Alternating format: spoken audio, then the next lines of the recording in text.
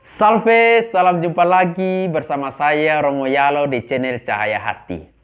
Apa kabarnya hari ini? Semoga semua dalam keadaan sehat dan dalam lindungan Tuhan. Membuka renungan Romo pada kesempatan ini, Romo ingin menceritakan sebuah kisah kecil. Alkisah di surga ada status WA yang menyatakan sebentar lagi akan turun seorang anak kecil ke dunia. Semua bertanya-tanya, siapakah dia? Seorang anak kecil datang dan kemudian bertanya kepada Santo Petrus. Santo Petrus menjawab, engkau langsung pergi saja kepada Tuhan Yesus dan bertanya kepada Tuhan. Kemudian dia pergi menghadap Tuhan Yesus dan dia katakan, apakah yang dimaksud status itu adalah saya?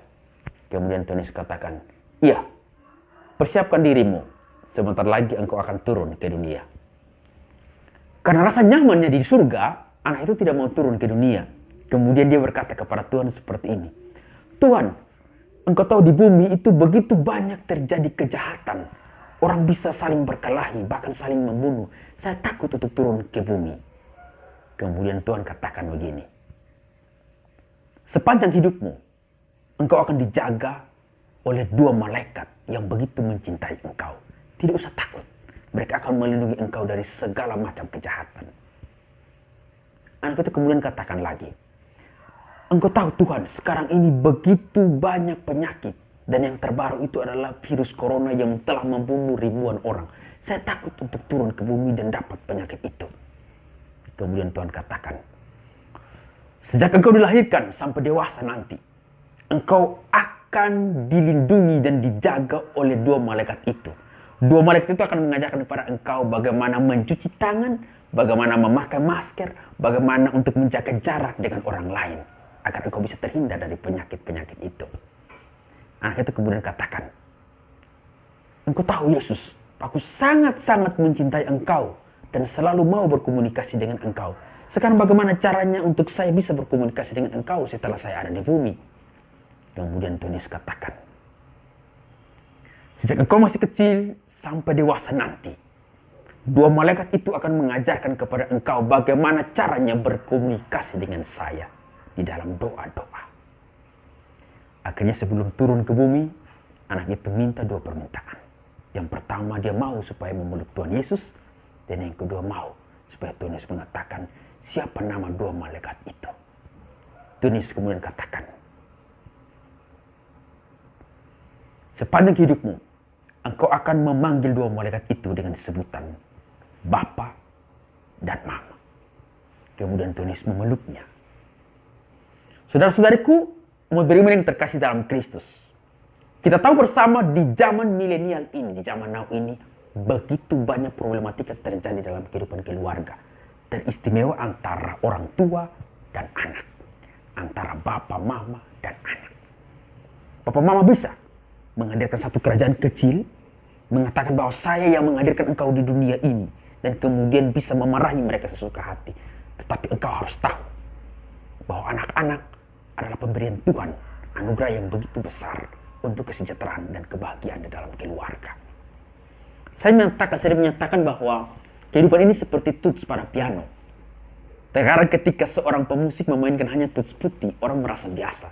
Tetapi ketika dia mampu mengkolaborasikan antara tuts hitam dan putih, disitulah ada satu perpaduan harmoni. Sama juga dengan kehidupan. Ada hitam dan ada putih.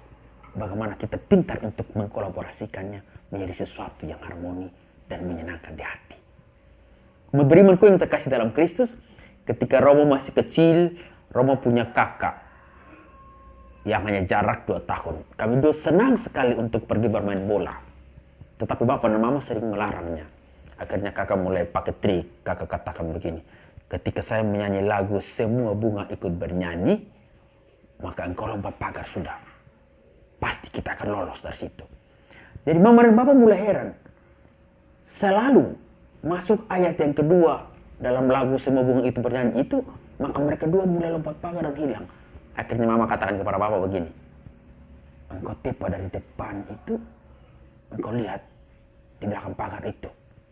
Kalau pas ini menyanyi, maka engkau langsung tangkap anak yang kedua. Persis Ketika kakak menyanyi, semua bunga ikut bernyanyi. Maksud ayat yang kedua, pas saya mau turun, Bapak sudah tunggu di belakang langsung katakan, datanglah Tuhan, datang. Itu kami dua kena pukul pakai sapu ijuk, kena pukul pakai ikat pinggang 2 hari 2 malam menangis. Dinamika itu terjadi. Tetapi kasih sayang harus tetap ada dalam kehidupan. Bapak mama memberikan sesuatu yang terbaik bagi anak-anak. Jadi anak-anak jangan langsung membuat sebuah kesimpulan yang prematur atau sikat. Ketika bapak mama marah pada anak itu adalah satu ungkapan cinta kasih yang paling besar. Karena rasa cinta yang besar dan mereka tidak mau anaknya itu rusak atau hancur dalam kehidupan setiap hari. Ada satu pasien saya, satu bapak yang mengalami sakit stroke. Kemudian datang pelayanan di Romo dan didorong dengan kursi roda oleh anaknya.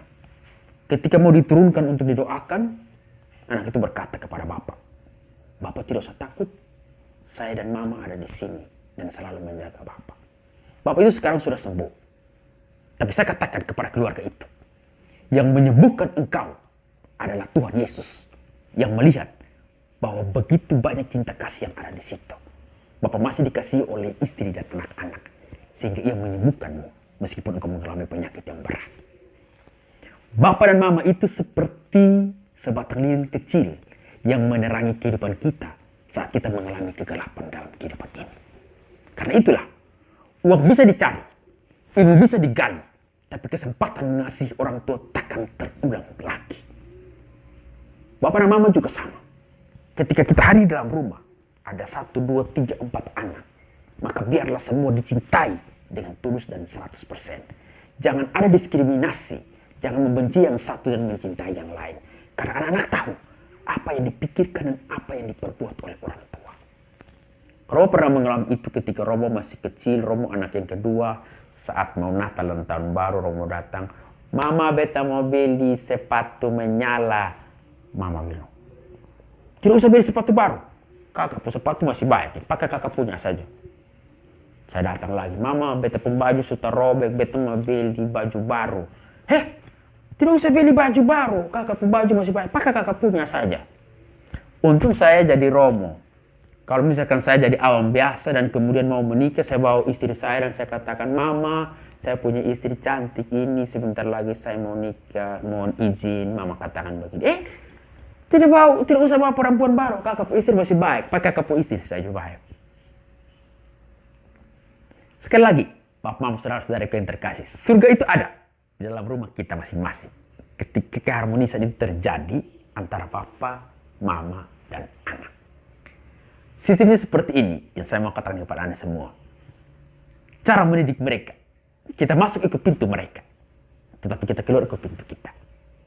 Zaman sekarang bagaimana kita mengenal kehidupan mereka. Jangan menganggap segala sesuatu itu salah. Tapi bagaimana kita mencoba untuk masuk dalam kehidupan mereka, merasakan apa yang mereka rasakan di kehidupan milenial ini. Kemudian kita memberikan nasihat-nasihat yang berarti bagi mereka semua. Begitu pula dengan anak-anak.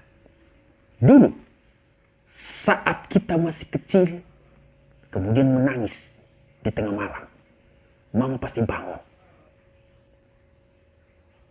Apakah di saat ini kita bisa bangun di tengah malam untuk mendoakan Bapak dan Mama? Untuk saya, Bapak adalah cinta pertama dari anak perempuan yang takkan mengkhianati apalagi menyakitinya. Saya sangat setuju dengan kata-kata itu. Benar. Bapak memberikan segala sesuatu untuk mengajarkan kepada laki-laki yang lain bagaimana mencintai anaknya dengan sepenuh hati dan sekuat tenaga. Beriman yang terkasih dalam Kristus, ketika orang tuamu sudah meninggal, doakanlah mereka selalu setiap hari. Dan mereka yang masih hidup, jagalah mereka.